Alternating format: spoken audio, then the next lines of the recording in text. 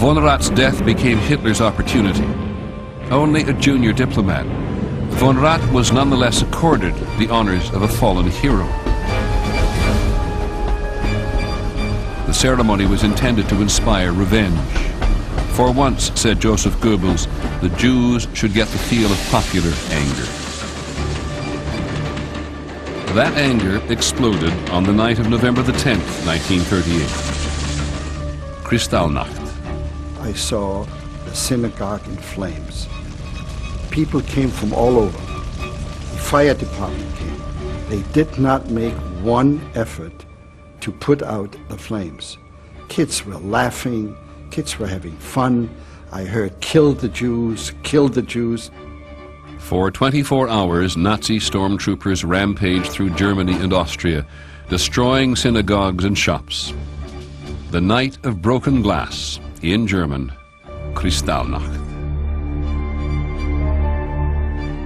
Scores of people were killed, more than 20,000 arrested. It was now clear there was no future for Jews in Germany. For the first time in America, it broke through a certain part of the awareness that something horrible was happening in Hitler's Germany.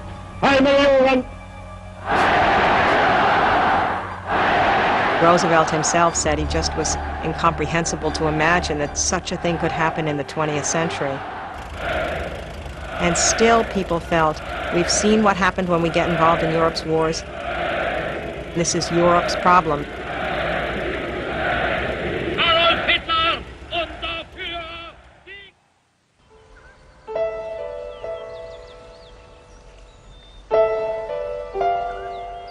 On Easter Sunday, 1939, an enormous crowd came together around the reflecting pool in the nation's capital to hear one of the great voices of modern times, Marian Anderson.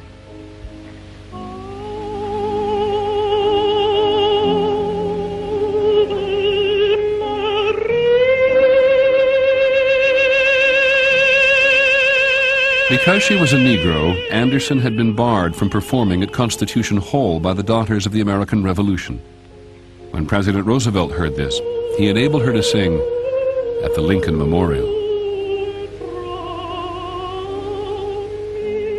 And I was among the 75,000 people gathered to hear her sing that day. This was a moment maybe even more important to us than what Joe Louis had done when he demolished Max Schmeling.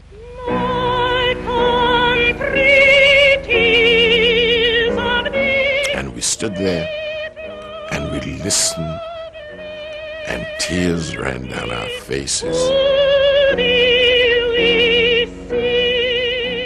It was a part of America's statement in Hitler's face about what we truly thought about black people.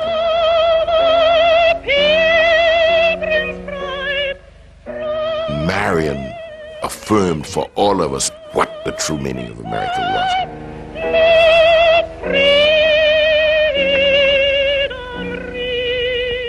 That powerful symbol of racial justice gave hope to Europe's Jews. Hope that despite strict quotas limiting immigration, America would provide a haven from the terror of Adolf Hitler. My mother desperately tried to get out of Austria, and because of the quota system, there were obvious difficulties. One could not gain entrance to the United States. And one possibility was to get entrance to Cuba. Fred Reif's family joined more than 900 Jewish refugees on board the steamship St. Louis, bound for Cuba. But at Havana, Cuban officials refused to let them land.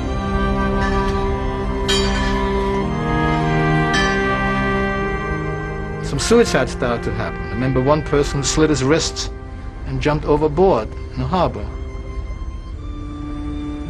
The fear is, of course, if you can't land in Cuba, then you have to go back to Germany, to a concentration camp. We all knew that.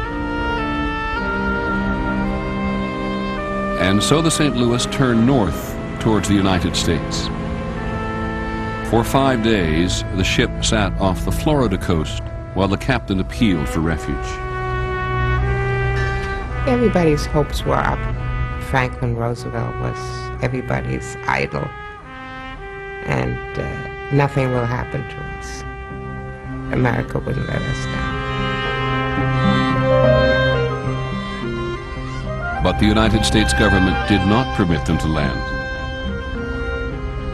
The passenger sent one last urgent plea directly to President Roosevelt.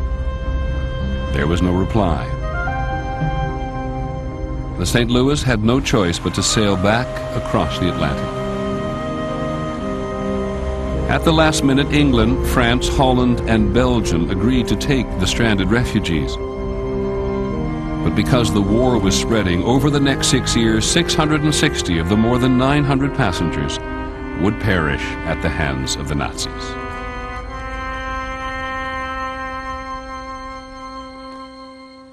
President Roosevelt was sympathetic to the plight of the refugees, but with the United States Congress in an isolationist frame of mind, he felt he could not spend political capital saving a small number of Jews when all of Europe needed help against Hitler. Roosevelt believed that the only way to stop Nazi aggression and keep America insulated from Europe's troubles was to arm Britain and France. It was not a popular idea in a country that was officially neutral. In March 1939, 6 months after the Munich Agreement, which Neville Chamberlain thought Hitler would honor, Hitler broke his promise not to make any territorial claims and took all of Czechoslovakia. And still, most Americans wanted to leave the Europeans to deal with their own crisis. America was interested in a very different future.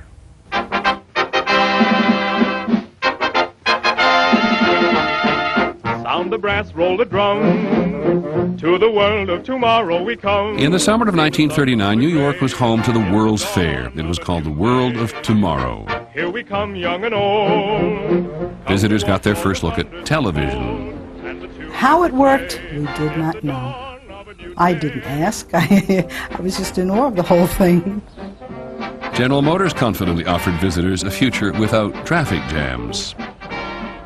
General Electric dreams of easy living with a dishwasher. It was as if all of the dreams of the future were suddenly going to be materialized.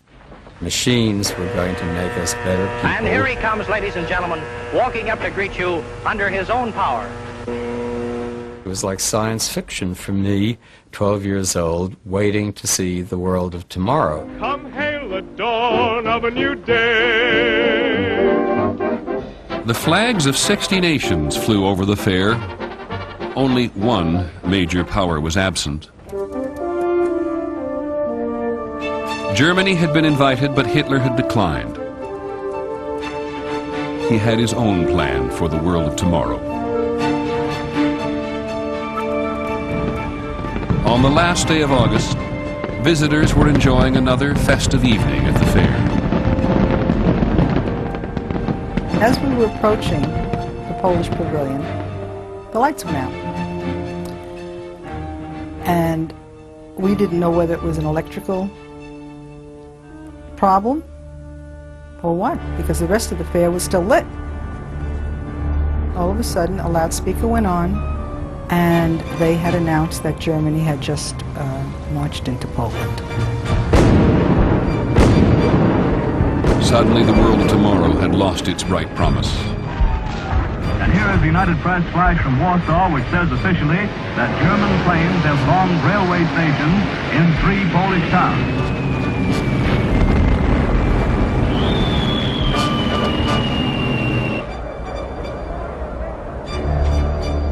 I am speaking to you from the cabinet room at 10 Downing Street. This country is at war with Germany.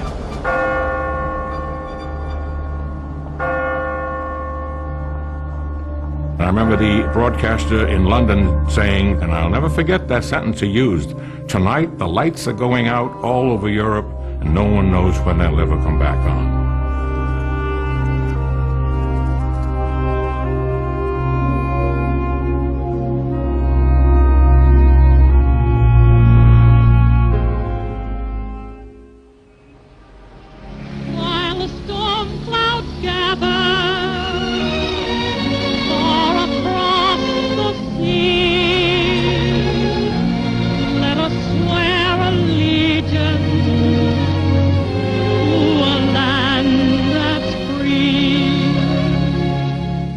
The war in Europe made Americans realize just how blessed they were. In a display of patriotism, flag sails soared. And a song by famous Jewish immigrant Irving Berlin went to the top of the hit parade.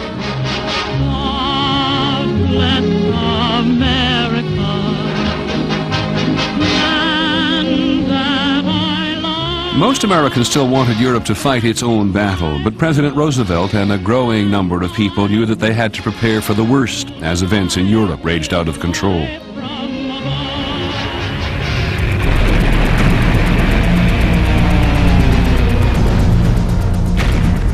In the spring of 1940, Hitler turned his blitzkrieg, his lightning war, against the countries of Western Europe.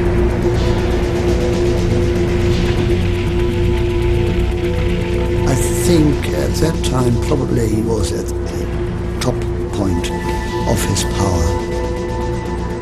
6 weeks to beat Poland in 18 days, to occupy Norway and Denmark, to beat Holland in 5 days and Belgium in 17 days. I think those who doubted him, they then thought, oh, that man is just superb, he wins everything. And then France fell in just 6 weeks. On June the 14th, German troops entered Paris.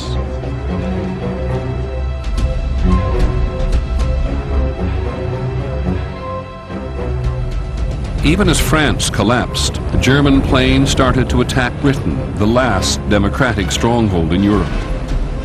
Still, the United States held back. President Roosevelt was able to help America's battered English ally with a program to lend and lease them arms.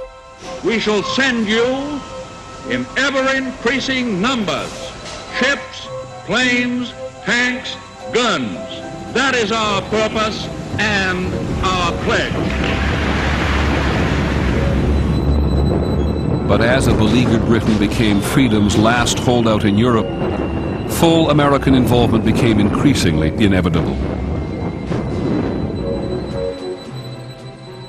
In December of 1940, the first peacetime draft in American history began. America's armed forces were in woeful shape. The U.S. Army had under 200,000 men, fewer than Holland or Portugal. I remember even running around with sticks for rifles, and we used old tomato cans from the mess hall. They got Campbell's soup cans, and they'd put gravel in them, and they'd rattle, and then we'd throw them as far as we could throw them, and that's learning how to throw a grenade. I was in ROTC. I was studying to be an officer in the American Army.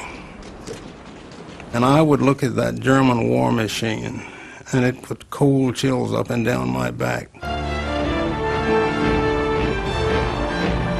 And I used to say to myself, you mean to tell me we've got to go up against those guys? It wasn't a very pretty picture.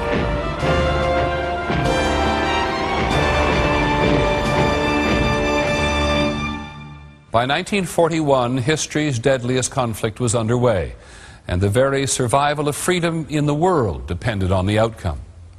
That's on the next episode of The Century, America's Time. I'm Peter Jennings. Thank you for joining us.